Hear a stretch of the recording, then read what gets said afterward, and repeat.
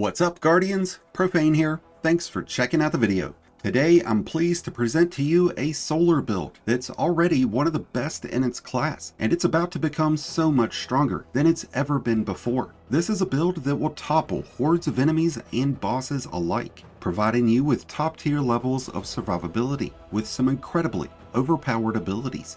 At the heart of this build, the Ophidia Spathe chess piece, an incredible exotic that provides amazing add clear capabilities. It makes a great crucible build and a top tier build in general. This exotic comes with the Scissor Fingers intrinsic trait, no puns intended, granting you 2 knife charges. Having 2 throwing knives of any kind allows you to deal more damage to more enemies in a shorter amount of time. The biggest drawback of the Ophidia has always been that exotics like Star Eater Scale, Celestial Nighthawk, and Shards of Galanor provided much more damage potential, but in Season 23, the Ophidia Spathe is getting one of the most significant upgrades of any exotic, and it will now provide a stacking damage bonus after each final blow with any of your knife options. This starts out at 30% off of the first kill, 60% on the second, and 100% bonus damage on the third. Once triggered, this buff will last for 5 seconds, but it can be refreshed by additional knife kills and dodging. Gunslingers have several lethal options when it comes to throwing knives, the most user-friendly of these being Knife Trick, since it fans out 3 blades that can hit multiple targets at once, scorching them in the process. Weighted Knife is the one that will benefit most of all to an increase in damage, but this option calls for a more precise hand, but it also offers incredible payoffs. With 2 knife charges and upwards of a 100% damage bonus, the Ophidia Spathe is about to become one of the most powerful solar exotics that hunters have, making it a perfect choice in in-game content during Season 23. What's going to make an even bigger impact on how well this build is going to perform is the new seasonal artifact mods. There's quite a few really good mods this season, including Solo Operative, but in total, there are 6 mods that will have a direct impact on this exotic and this build, and will make it exponentially more powerful. We've got Heart of the Flame. Casting your super grants allies radiance, giving them a 20% increase to weapon damage. This also increases the amount of damage that your super deals, based on how many allies are near you.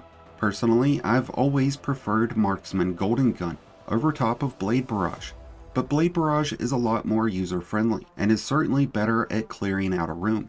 But against bosses and high-ranking enemies, the increased precision damage is always a sure bet, especially when it will be increased when you're near your allies.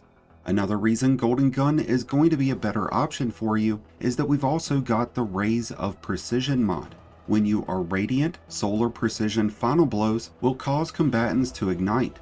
Causing enemies to scorch or ignite is going to synergize along with several of our subclass choices, giving us improved regeneration of our knife throws and other abilities.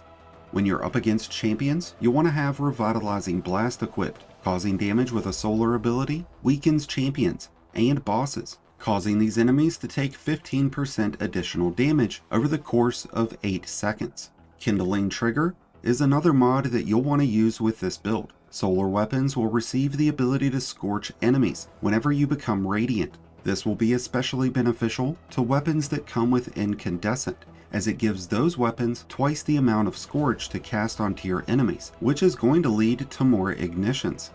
Torch will be a mod that you want to use when running Select Stasis or Strained weapons, in combination with those solar weapons, and the one that stands out the most is the Conditional Finality. When radiant, the Torch mod grants increased weapon damage against any combatant who's affected by Strand or Stasis debuffs. Since the Conditional Finality freezes enemies with 1 burst and then ignites them with the second, this is going to give you and this shotgun a significant advantage.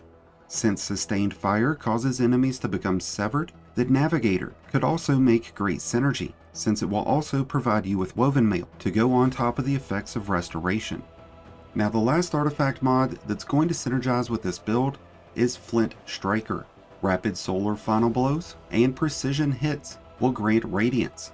This is sort of ghoulish overkill because we'll already have ways of becoming radiant, but since Radiance comes with a 20% bonus to weapon damage, we never want to miss out on having that active.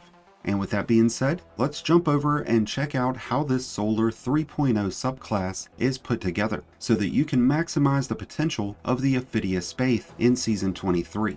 When it comes to aspects, the most important one to have is going to be Knock 'em Down. This aspect will fully recharge your throwing knife after any final blow while you're radiant, giving you the ability to spam those knives over and over and over and over again, with each dealing an increased amount of damage.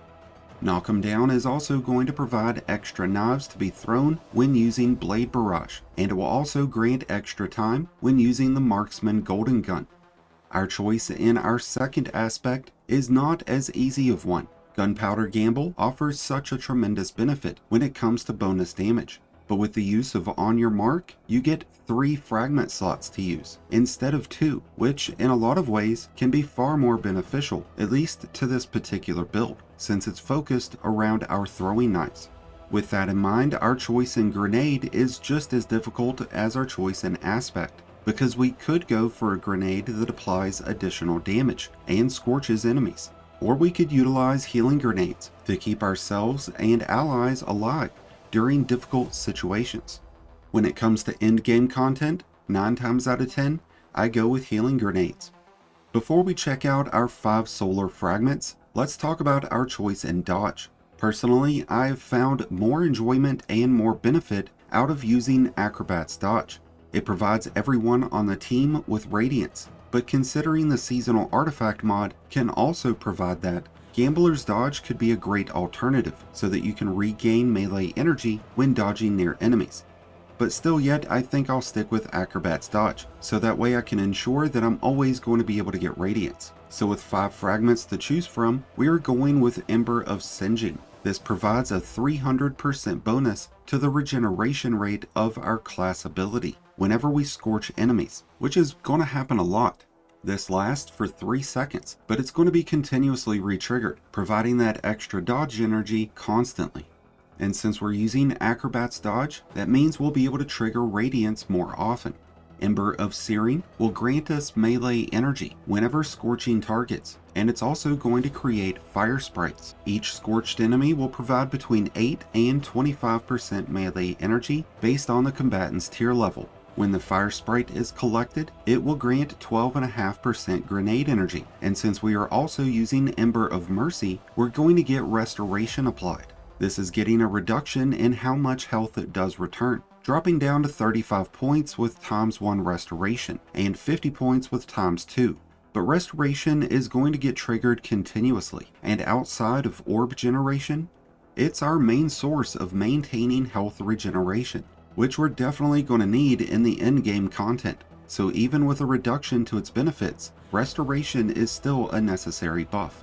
Since we will have Radiance and Restoration active, using Ember of Empyrean will allow us to extend their duration by an additional 4 seconds after each solar weapon or solar final blow, which means that as long as we're actively engaged in combat, we should never run out of Radiance or Restoration.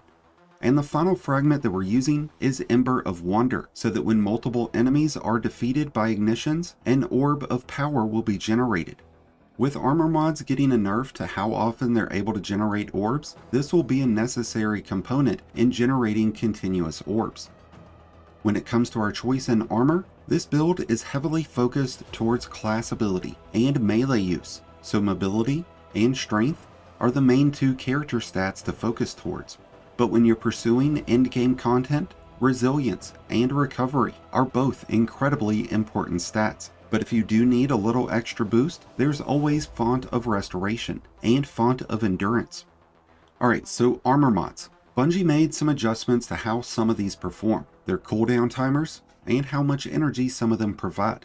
With that being said, we're using 2 hands-on helmet mods, which is going to give us our super back super quick, because it's going to provide additional super energy after each and every throwing knife final blow. A Siphon mod will help generate orbs off of weapon final blows, which we need to trigger other armor mods that we'll talk about here soon. Unlike Firepower, Heavy Handed, and Reaper, there was no change to how often Siphon mods are able to generate orbs. On our gloves, we're using Focusing Strike, which now provides 12% class ability energy when damaging a target with a charged melee. We're also using Heavy-Handed, so that we can create orbs off of melee final blows. There is now a 10-second cooldown between orb generation, with both Firepower, Heavy-Handed, and the Reaper class item mod, so you won't be able to create quite as many orbs as you used to. On our chest armor, we're just going with resistance mods, based on the activities that we're in, but we could also use Charged Up to give us additional armor charges. On our boots, we're using Recuperation, so that when we do collect an orb, we're getting 40 points of health back instantly.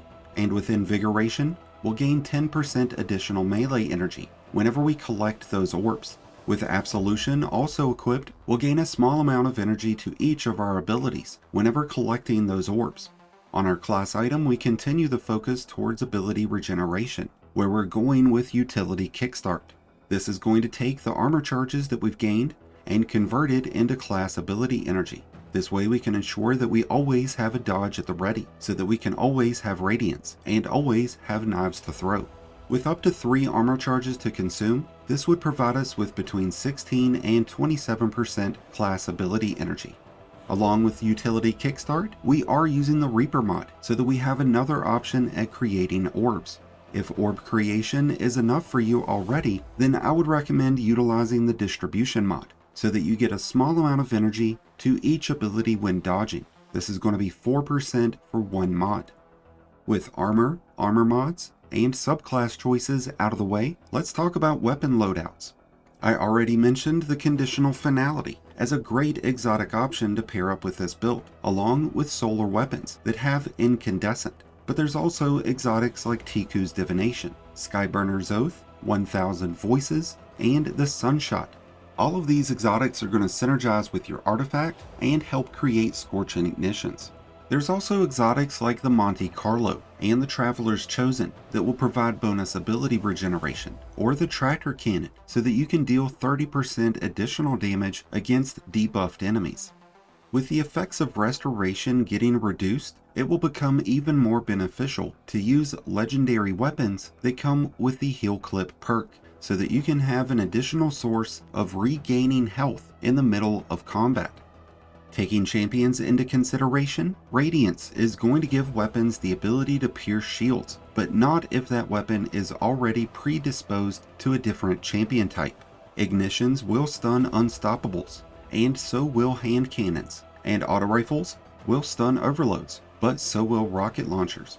If you're looking for a weapon that is specifically fit for barrier champions, Ariana's Vow, the Wishender, Revision 0, and Sidearms will all handle barrier champions in Season 23.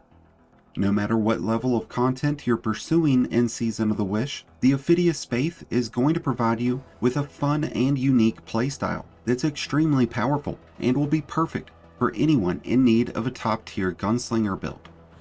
With that being said, that just about wraps up everything on today's amazing gunslinger build featuring the Ophidia Spathe. I'd love to hear your thoughts about this exotic, its upgrades, and how they compare to other exotics that are getting upgraded. Let me know your thoughts down in the comments below. To make a copy of today's build, you can find the Destiny Item Manager link down in the description below. And while you're down there, be sure to check out the Discord link and join one of the greatest communities in all of Destiny. And until next time, Guardians, this has been Profane, wishing you all some happy hunting.